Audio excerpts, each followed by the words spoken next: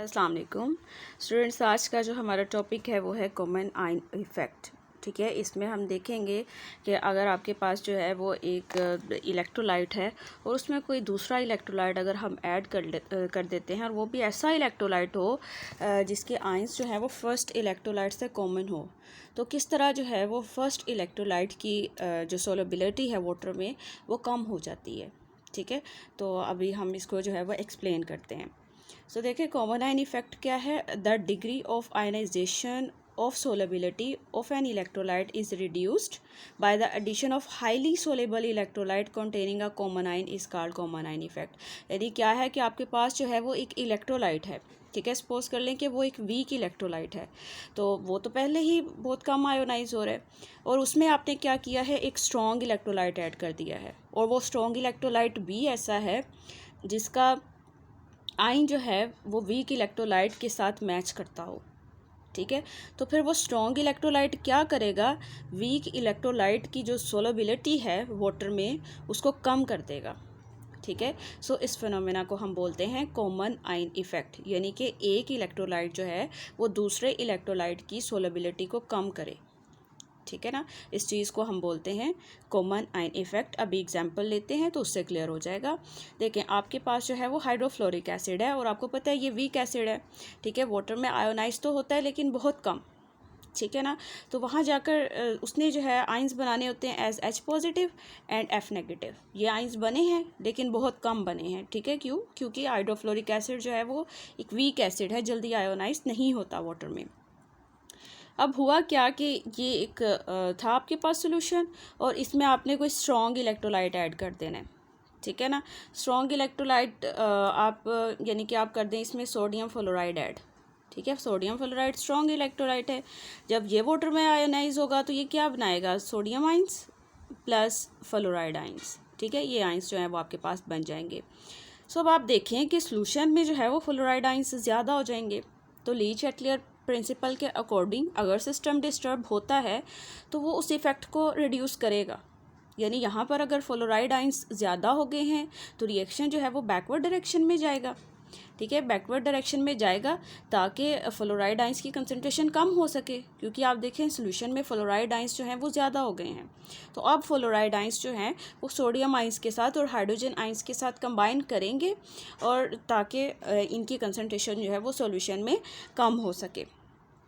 ठीक है, तो फिर क्या होगा कि दोबारा जो है वो सोडियम फ्लोराइड और हाइड्रोफ्लोरिक एसिड ये दोनों बन जाएंगे। पर देखें, सोडियम फ्लोराइड जो है वो अच्छा इलेक्ट्रोलाइट है, वो फिर से आइंस में चेंज हो जाएगा। बट ये हाइड्रोफ्लोरिक एसिड अगर बन गया तो इसकी आयनाइजेशन जल्दी नहीं होगी। ठीक है ना, यानी हुआ क्या कि एक स्ट्रॉन्ग इलेक्ट्रोलाइट की एडिशन से क्या हुआ है कि एक वीक इलेक्ट्रोलाइट की सोलबिलिटी कम हो गई है। ठीक है, यानी कि वो आइंस जो है वो अच्छे नहीं बना सकता। और ऐसा हुआ क्यों? क्योंकि ये कॉमन आइंस जो है वो सोल्यूशन में जो है वो फॉर्म हो गए थे। इन आइंस की वजह से क्या हुआ है कि सिस्टम को बैकवर्ड डायरेक्शन में मूव करना पड़ा है और प्रोडक्ट रिएक्टेंट जो है वो उसको दोबारा बनाना पड़ा है। ठीक है, इस चीज़ को आप कहते हो कॉमन आयन इफ़ेक्ट। ठीक है ना, यानी कि एक स्ट्रॉन्ग इलेक्ट्रोलाइट ऐड करने की वजह से एक वीक इलेक्ट्रोलाइट की सोलबिलिटी और कम हो गई है। ठीक है, इस चीज़ को आप कहोगे कि ये कॉमन आयन इफ़ेक्ट है। तो देखिए, हम कह सकते हैं when sodium fluoride is added to the aqueous solution of hydrofluoric acid it further decreases the solubility of HF। ठीक है, वो पहले ही वीक इलेक्ट्रोलाइट था लेकिन सोडियम फ्लोराइड ने उसकी सोलेबिलिटी और कम कर दी है। ठीक है, लेकिन ऐसा हुआ क्यों?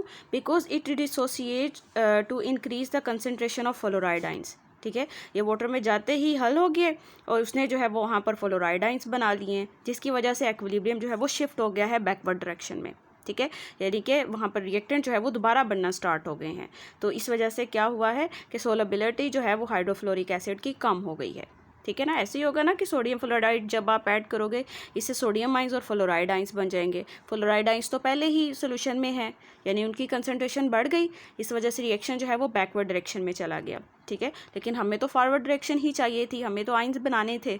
लेकिन क्या हुआ कि स्ट्रॉन्ग इलेक्ट्रोलाइट ऐड करने की वजह से रिएक्शन जो है वो बैकवर्ड डायरेक्शन में चला गया। जो हाइड्रोफ्लोरिक एसिड है उसकी सोलबिलिटी जो है वो और कम हो गई। ठीक है, इस चीज़ को आप बोलते हो कॉमन आयन इफ़ेक्ट। इसके अलावा अगर आपने एग्जांपल लेनी हो तो हम ले सकते हैं। देखें अगर आपके पास जो है वो सोडियम क्लोराइड है, ठीक है, NaCl, ठीक है, ये डिसोसिएट किस तरह होगा, as Na positive plus Cl negative, ठीक है, ये बनाएगा। तो इस सोल्यूशन में आप क्या ऐड करें, इसमें आप ऐड कर दें हाइड्रोक्लोरिक एसिड, ठीक है ना। हाइड्रोक्लोरिक एसिड जब वाटर में ऐड होगा तो ये क्या होगा, ये बनाएगा H positive ions and chloride ions, ठीक है, ये क्लोराइड आइंस बन गए। अब देखें कि क्लोराइड आइंस जो है वो सोल्यूशन में ज़्यादा हो जाएंगे। क्लोराइड ज़्यादा होने की वजह से क्या होगा कि रिएक्शन जो है वो बैकवर्ड डायरेक्शन में मूव कर जाएगा, ठीक है ना। इससे क्या होगा कि सोडियम क्लोराइड जो है वो प्रेसिपिटेट आउट होगा, ठीक है, सोडियम क्लोराइड जो है वो फिर से बनना स्टार्ट हो जाएगा। तो इससे क्या कह सकते हैं हम कि जब हमने हाइड्रोक्लोरिक एसिड इस सोल्यूशन में ऐड किया तो सोडियम क्लोराइड जो है वो प्रेसिपिटेट आउट हो गया, ठीक है। इस तरह ये वाला जो रिएक्शन होते हैं ना, ये हम वाटर प्यूरिफिकेशन के लिए भी यूज़ करते हैं, ठीक है। वहाँ पर जो साल्ट है उसको सेपरेट आउट करने के लिए ये रिएक्शन करवाया जाता है। इस तरह जो है वो सोडियम क्लोराइड सेपरेट हो जाता है, ठीक है। तो ये जो है वो आपका आज का टॉपिक था। तो इंशाल्लाह नेक्स्ट में हम कॉन्सेप्ट असेसमेंट एक्सरसाइज जो है वो उसको सोल्व करेंगे, जो कि कॉमन आइन इफेक्ट से रिलेटेड है, ठीक है।